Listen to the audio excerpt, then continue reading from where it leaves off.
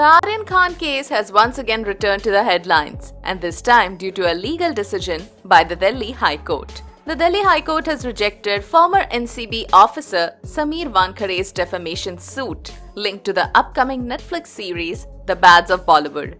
The series is believed to be inspired by real-life events connected to the 2021 cruise drug case involving Shah Rukh Khan's son Aryan Khan. Sameer Wankade has filed a petition claiming that the Netflix series could harm his reputation. He argued that the show might indirectly portray him in a negative way, even if his name is not directly mentioned. He requested the court to stop any content that could damage his public image. However, the Delhi High Court did not accept this argument. The court said this defamation cannot be assumed before the content is released. Since the series has not been aired yet, it is not possible to decide whether it's defamation or not. The court has also noted that creative freedom and expression are protected under the law.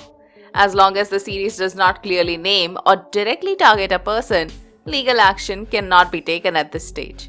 Based on these reasons, the court dismissed Sameer Wankade's plea. The ruling has come as a relief for Netflix and the makers of the series.